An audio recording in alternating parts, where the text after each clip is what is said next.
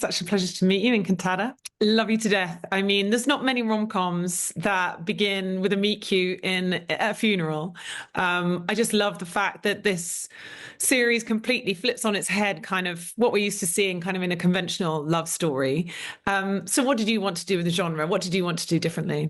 The cool thing that we start to trying to find out in the scripts is that there's two persons that they are from two different and opposite worlds. So that thing it's funny because when you see a romantic comedy like I don't know before sunrise or before sunset, you see the movie and you say they are made from each other, and in that TV series you think it's impossible that she falls in love with him and in the opposite way because the guy it's like a non-ambitious person, love the routine, and he's love the Netflix and the streaming service and chill, and that's it. And she's a crazy girl, likes to party a lot and likes to go to the crazy way of her life. And also the funny thing of that is that they met in the worst time of their life because he has met in the time when he has the diagnostic with a disease that could be put him into death. She discovered that she's pregnant, so she has to decide if she wants to have the baby or not. Putting in what happens now when you are like 35 or 40 years old, and if you are not a mother, people say to you, "Why not?" And it's like, why yes? It's because now the two ways are correct. You can decide. Life is not about. It's about what you decide. It's not about if you have to make a family or not. You can be happy without making a family and being yourself fine. So that kind of elements, it's what we try to put in the script. And then we improvise a lot.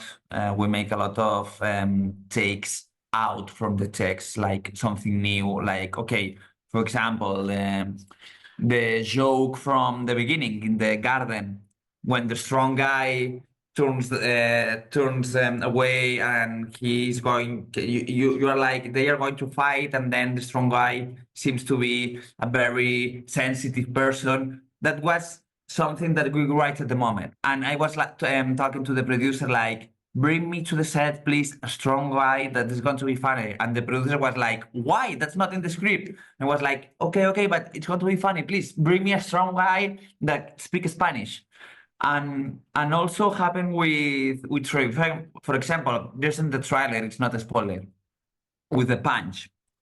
In the trailer, they are walking, she and him, around the sea, and in Barcelona, it's kind of romantic, and she says to have the meeting more funny, you have to make a jump scare to the next person that could pass away near you.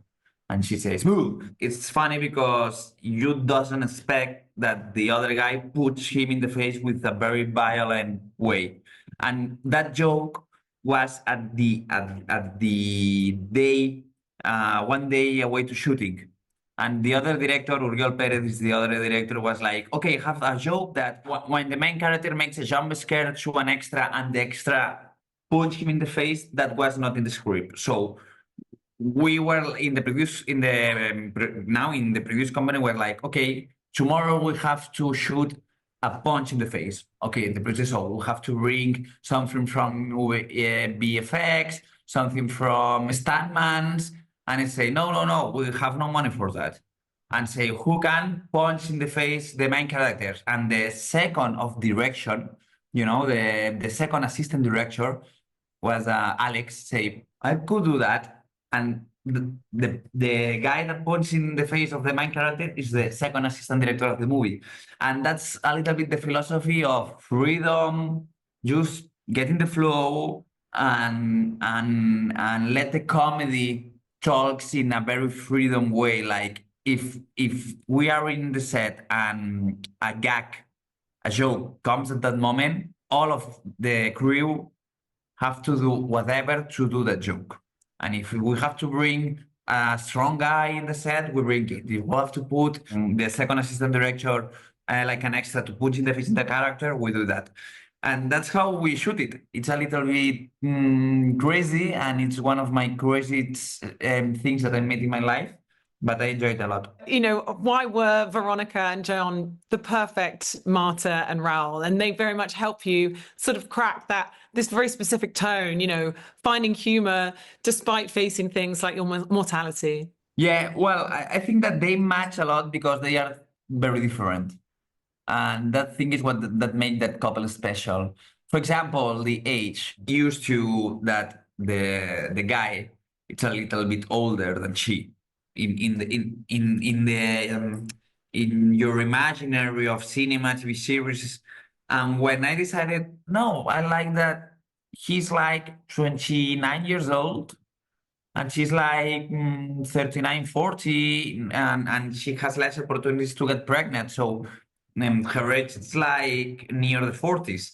And that's not an issue. You know, it's not a thing that matters. We don't talk about the age of the characters in any chapter because it's not an issue. You know, if it's not an issue that the guy is 10 years older, it's not an issue that the woman is 10 years older. I think that's my time done, but thank you so much for sharing all that with me. Can't wait. Nice to meet you, Sarah.